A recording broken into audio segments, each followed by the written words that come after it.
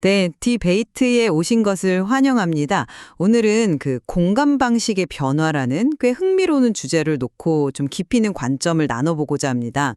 예전처럼 뭐랄까 자신을 희생하면서까지 공감하는 방식에서 벗어나서 자기 선택과 경계 이걸 통해 이른바 의식적 자비로 나아가는 과정인데요. 이게 과연 뭘 의미하고 또 어떤 영향을 미치는지 한번 같이 탐색해 보죠. 네, 정말 중요한 논의가 될 것 같습니다.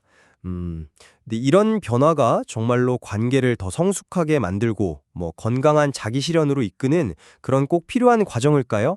아니면 혹시 그 과정에서 어쩔 수 없이 생기는 관계의 긴장이나 어쩌면 좀 자기 중심적인 태도로 귀결될 수 있는 그런 위험은 없을지 이런 질문들을 좀 던져봐야 할 시점인 것 같아요. 맞습니다. 오늘 저희 논의는 공감 필요를 넘어서 자기 선택과 경계, 이 자료에서 제시된 여러 개념이랑 주장을 바탕으로 진행될 거고요.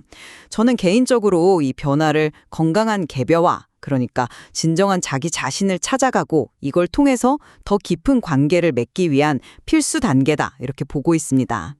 저는 반대로 그 과정이 필연적으로 좀 동반하는 관계의 긴장, 그리고 이게 자칫 자기중심성으로 흐를 수 있다는 그런 잠재적인 위험에 좀 더 주목하면서요. 다른 각도에서 이 문제를 한번 조명해 보고 싶습니다. 좋습니다. 그럼 제 관점을 먼저 좀 말씀드려 볼게요. 핵심은 그러니까 자기 선택을 통해 공감의 방식을 바꾼다는 것. 즉, 공감은 자기 희생이다. 이런 낡은 공식에서 벗어나서 경계 위에선 의식적 자비로 나아가는 것. 이게 필수적인 성장 과정이라는 겁니다.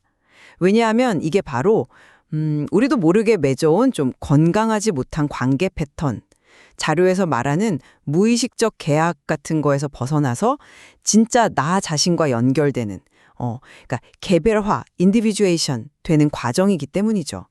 이 개별화라는 게 뭐 쉽게 말하면 남들 기대나 사회적 압력에 맞춰서 썼던 착한 사람 가면 있잖아요.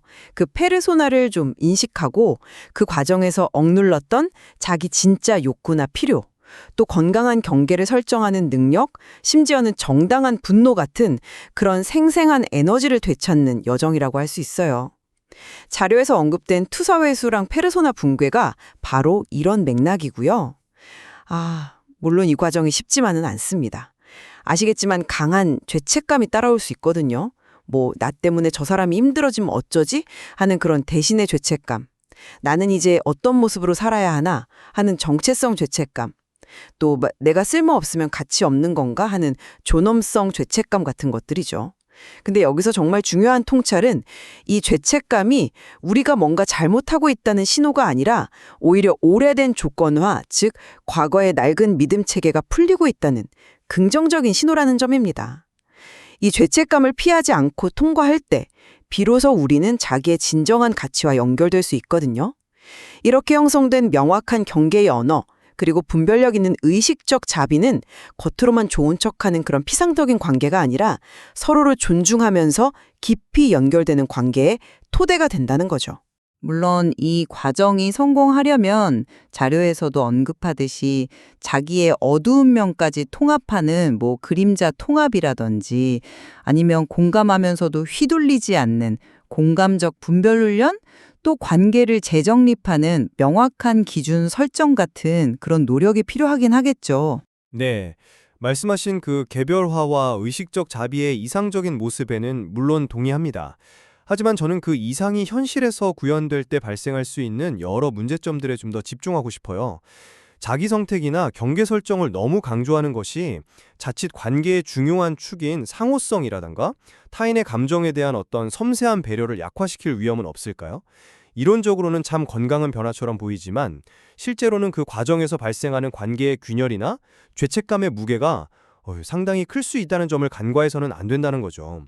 자료에서도 주변 사람들이 너 변했다, 이기적이네 이렇게 반응할 수 있다고 지적하는데요. 이걸 단순히 상대방의 무의식적 계약이 드러난 것뿐이다. 이렇게만 해석하는 건 좀 위험할 수 있어요. 실제적인 관계 손상으로 이어질 가능성도 충분히 있거든요. 또 죄책감을 그저 오래된 조건화가 풀리는 신호라고만 여기면서 극복 대상으로만 삼는 접근법이 개인이 실제로 느끼는 죄책감의 그 깊은 고통이나 그게 관계에 미치는 복잡한 영향을 충분히 다 설명해 주지는 못할 수도 있습니다. 죄책감이라는 감정이 때로는 관계 속에서 우리가 마땅히 져야 할 책임이라던가 타인에 대한 진정한 고려를 반영하는 중요한 신호일 수도 있지 않을까요? 더 나아가서 자료에서 언급된 그 실패 패턴들 있잖아요. 예를 들면 아예 감정적으로 벽을 딱 치고 공감을 차단해버리거나 방어적 차단, 아니면 죄책감에서 벗어나지 못하고 계속 그 안에서 맴돌거나 혹은 내면의 변화 없이 겉으로만 경계의 말투를 흉내내는 경우, 표면적 경계 말투, 이런 걸로 이어질 위험성도 좀 신중하게 고려해야 합니다. 경계 설정이 진정한 연결을 돕기는커녕 오히려 개인을 더 고립시키거나 피상적인 관계만 남길 가능성도 있다는 거죠. 마지막으로 유용성과 분리된 인간의 존엄성을 강조하는 건 매우 중요한데요. 이게 인간관계의 본질적인 특징인 상호 의존성을 좀 과도하게 평가절하하게 만들 위험은 없는지 이것도 좀 따져볼 필요가 있다고 생각합니다. 죄책감의 해소 문제, 거기서부터 좀 더 깊이 들어가 보죠. 말씀하신 것처럼 죄책감이 주는 고통은 분명히 실제적입니다. 네, 누구도 그걸 가볍게 여길 순 없죠. 하지만 그 고통의 의미를 어떻게 해석하느냐에서 관점의 차이가 드러나는 것 같습니다. 저는 자료의 관점에 동의하는데요. 특히 좋은 사람이란 자기 희생하는 사람이다.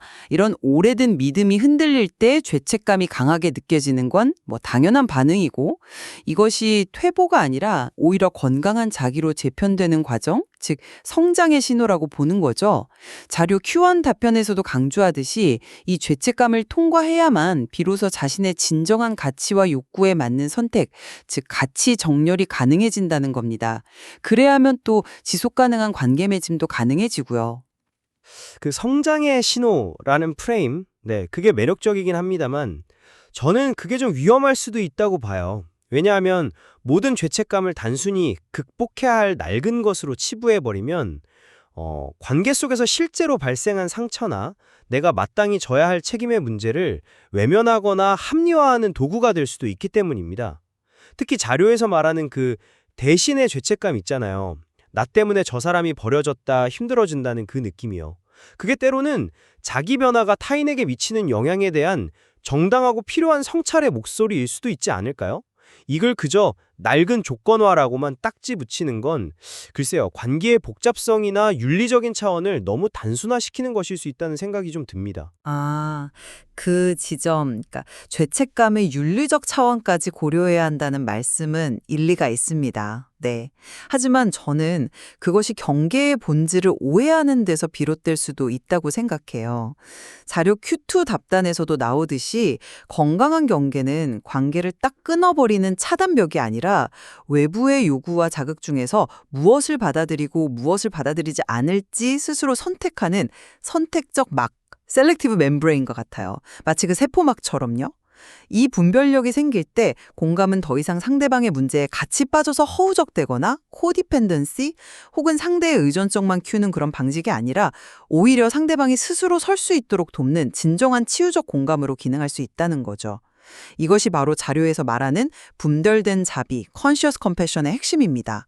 예를 들어서 자료에 나온 경계 문장 예시처럼 지금은 그 역할을 해드리긴 어렵지만 대신 이런 방식으로 도울 수는 있어요 라고 말하는 것은 관계를 끊는 게 아니라 지속 가능한 형태로 조율하는 거잖아요. 선택적 막이라는 비유 자체는 설득력이 있습니다.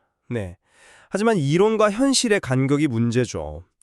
실제 관계 속에서 이걸 능숙하게 적용하는 게 얼마나 어려울까요?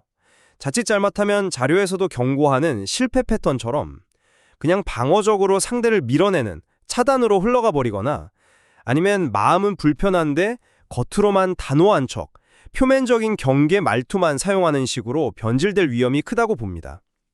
이건 경계를 세우는 게 아니라 그냥 벽을 치는 거죠.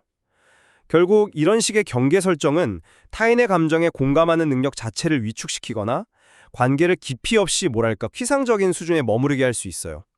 진정한 연결을 위한 도구가 아니라 오히려 스스로를 고립시키는 결과를 날 수도 있다는 우려가 여전히 남는다는 겁니다. 관계 변화의 수용성에 대해서도 관점이 좀 다르신 것 같네요.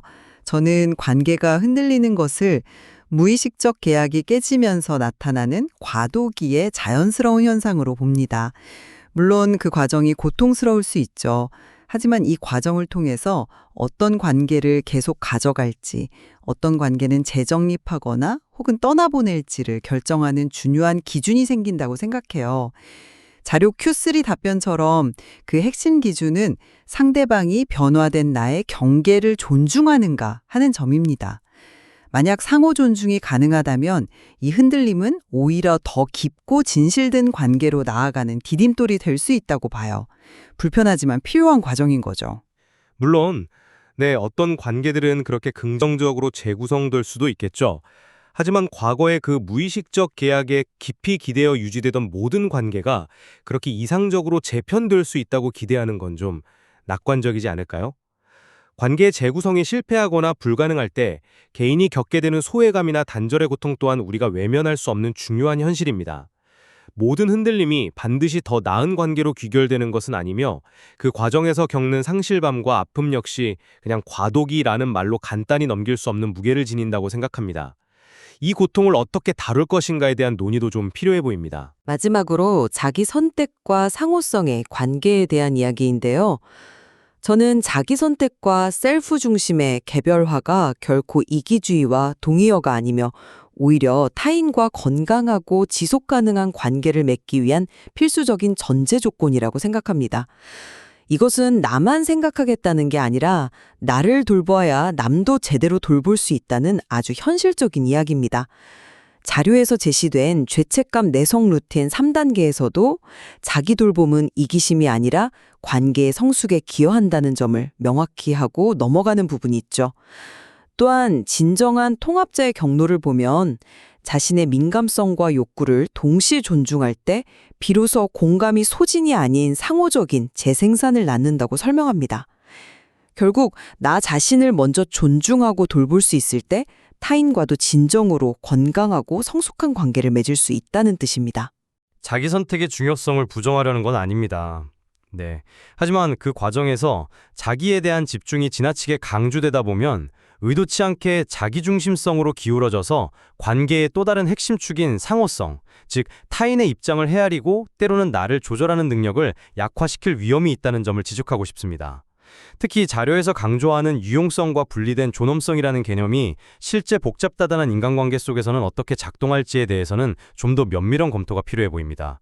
우리는 결국 사회적 존재이고 관계 속에서 서로에게 어떤 형태로든 유용성을 제공하며 살아가는 것이 현실인데 이들을 너무 날카롭게 분리하려 할 때 오히려 관계의 자연스러운 흐름을 해칠 수도 있지 않을까요? 자기 선택이 중요하지만 그것이 관계의 상호 의존성을 건강하게 유지하는 지점과 어떻게 균형을 이룰 수 있을지에 대한 고민이 더 필요하다는 생각입니다. 네, 오늘 우리는 공감 방식의 전환, 즉 자기생적 공감에서 자기 선택과 경계를 기반으로 한 의식적 자비로 나아가는 여정에 대해 여러 각도에서 깊이 있는 관점을 나눠보았습니다. 저는 이 과정이 때로는 죄책감이나 관계의 흔들림 같은 어려움을 동반하지만 궁극적으로는 자기 자신과 진실하게 연결되고 이를 바탕으로 타인과도 더 건강하고 지속 가능한 관계를 맺게 해주는 필수적인 개별화와 자기정렬의 과정임을 다시 한번 강조하고 싶습니다.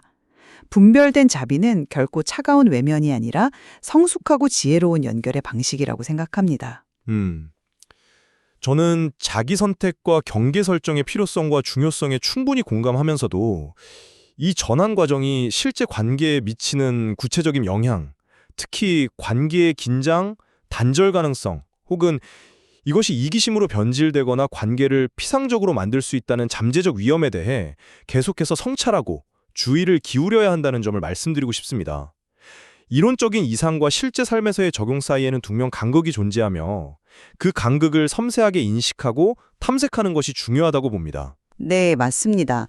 공감의 건강한 표현과 자기 자신을 보호하는 것 사이에서 균형을 찾아야 한다는 점에는 우리 모두 동의하는 것 같습니다. 다만 그 균형점을 구체적으로 어디서 어떻게 찾고 그 과정에서 발생하는 관계의 변화와 어려움을 어떻게 해석하고 관리할 것인가에 대해서는 여전히 흥미로운 관점의 차이가 존재함을 확인했습니다. 네, 오늘 나는 저희의 관점 교환이 듣고 계신 분들이 공감과 자기 돌봄, 그리고 관계 설정이라는 이 복잡하고도 중요한 주제를 다각적으로 이해하시는데 조금이나마 도움이 되었기를 바랍니다. 오늘 주로 다룬 내용 외에도 이 잔료에는 그림자 통합의 구체적인 실천 방법이나 실천 시퀀스처럼 더 깊이 탐구해 볼 만한 유익한 내용들이 많이 담겨 있거든요. 그렇습니다. 어떤 한쪽의 입장이 절대적으로 옳다고 결론 짓기보다는 오늘 제시된 여러 관점들을 거울 삼아서 스스로의 경험과 생각을 더 깊이 성찰해 보시는 계기가 되셨기를 바랍니다. 더 디베이트 여기서 마치겠습니다.